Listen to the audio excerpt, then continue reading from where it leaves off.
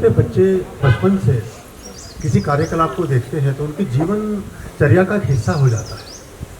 वो स्वाभाविक गति से बिना किसी प्रयास के उन मूल्यों की तरफ आकर्षित और समर्पित होते हैं जो मूल्य उनको एक बेहतर नागरिक, बुद्धिमान नागरिक, स्वस्थ नागरिक और सच्चा राष्ट्रभक्त और देश के प्रति समर्पित एक व्यक्तित्व के रूप में निर्मित करता है।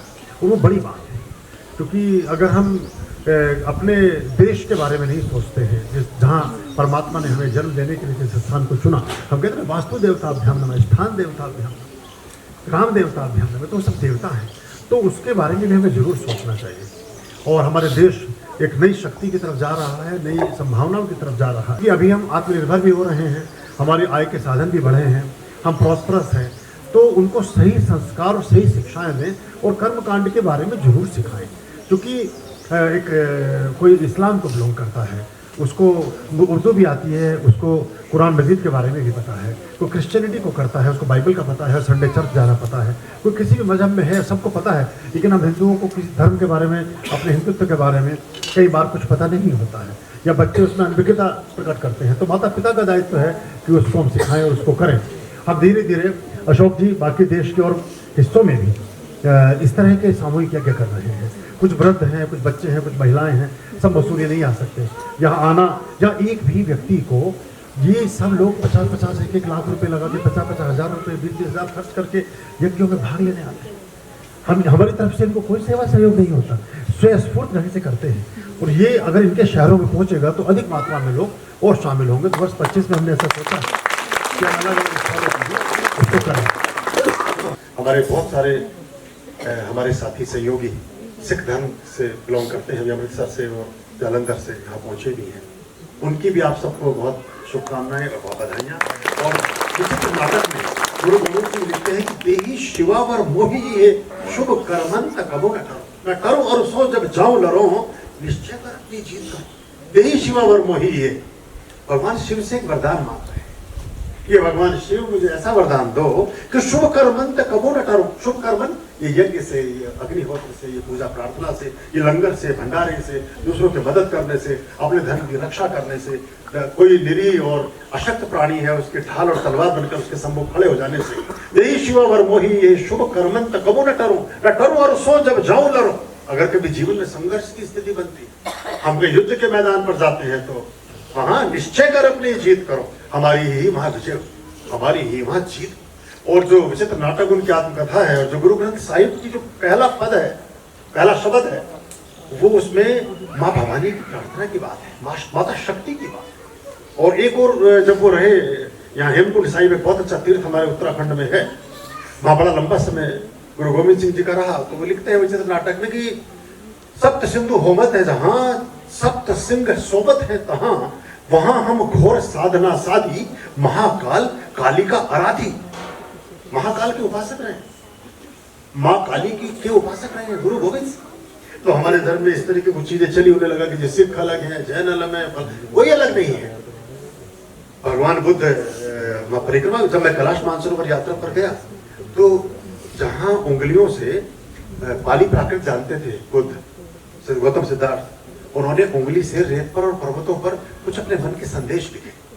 तो बाद में तिब्बतन लोगों ने, जापानीज ने, चाइनीज, बहुत सारे लोग जब वहां पहुंचे तो उन्होंने उन्हीं संदेशों को पर्वत श्रृंखलाओं पर उत्कीर्णित किया। और वहां बैठ करके सर्दियों में रुके कई लोग वहीं परमात्मा को भी उपलब्ध हो गए। वो वहां उन्हीं पदों, वो उत्कीर्णित पद हैं पर्वत मालाओं पर, श्रृंखलाओं पर। यात्रा में जब आप गुजरेंगे तो प्रस्तर प्रखंडों पर, छोटे छोटे पहाड़ी और पत्थरों के टुकड़ों पर वो संदेश धब्ब पद के लिखे हो।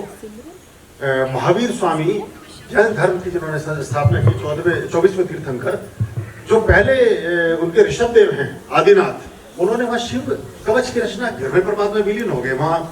मैं जब मुझे जाने का अवसर मिला तो मैं ईश्वर की कृपा से मुझे द्वादश ज्योतिर्लिंगम, लगभग सारी शक्तिपीठ और कैलाश मानसरोवर सभी मेरे को खुद वहाँ मैं अच्छे से घूमा हूँ।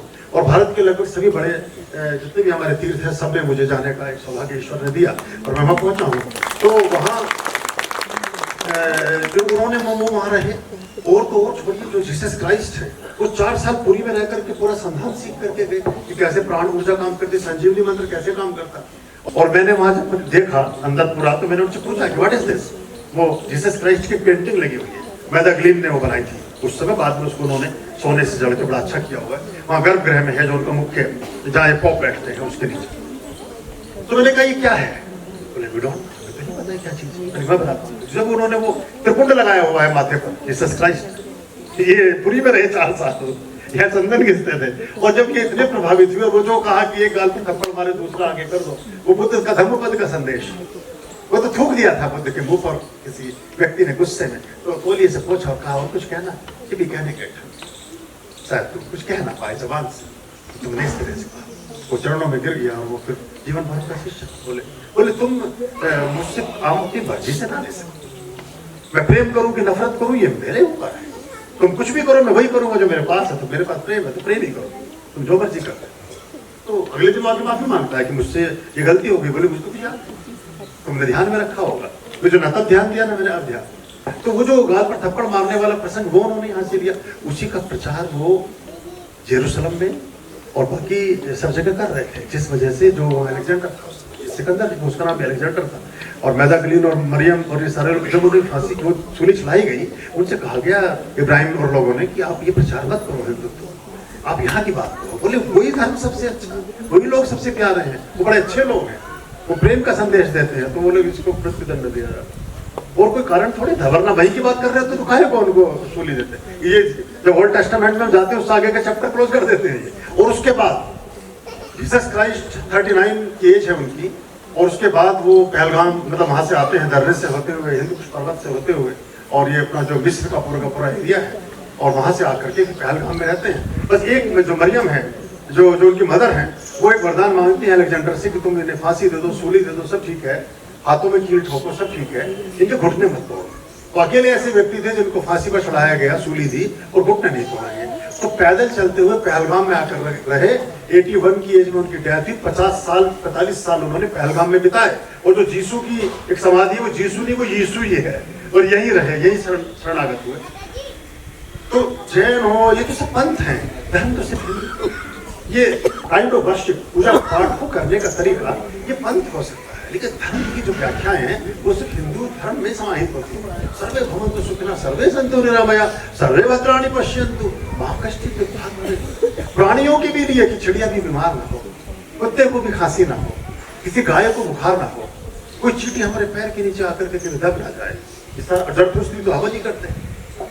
तो ये हमारी ऐसी मूल परंपराएं, जो ये यहूदी है, यहूदी हिंदू ही है 70%, उनके सारे रिचुअल्स हमारे जैसे हैं। तो ये हमें समझना चाहिए कि हम मूल हैं, हम जड़ें, और जड़ों को पानी देना चाहिए। जब जड़ों को पानी देते हैं तो वृक्ष हरा भरा रहता है। ऊपर स्प्रे करने से कुछ नहीं होता, जड़ में पानी डालने से वो पुष्पित होता है, पल्लवित होता है, सुवासित होता है, सुगंधित। बहुत मंगल आशीष, और आपके सबके आगमन के लिए हमारी तरफ से बहुत आशीर्वाद। आपका जीवन सुखमय हो, ये वर्ष आपकी मनोकामनाओं की पूर्ति का वर्ष हो, तथास्तु किरण का वर्ष है। आपने जो अपने मन में शुभ संकल्प संजोए हैं वो अच्छे हों, और आप उससे एक कदम आगे बढ़ करके देश और राष्ट्र के लिए, हमारे हिंदू धर्म के लिए और समाज और मानवता के लिए भी अपना योगदान दे सके, ऐसा हमारा आशीर्वाद और परमात्मा से ऐसी प्रार्थना। बस चलिए, बहुत शुभकामनाएं। और प्रसादन के लिए अब आप सब काम करेंगे। पहले महिलाएं और बुजुर्ग और अतिथि, और उसके बाद हमारे बाकी सब जन उसको ग्रहण करेंगे। बहुत पुनश्च आपको मंगल आशीष, बहुत धन्यवाद, खुश रहिए। ओम नमः शिवाय। आनंद अनुभव करेंगे। अभयां भज रे चित संततम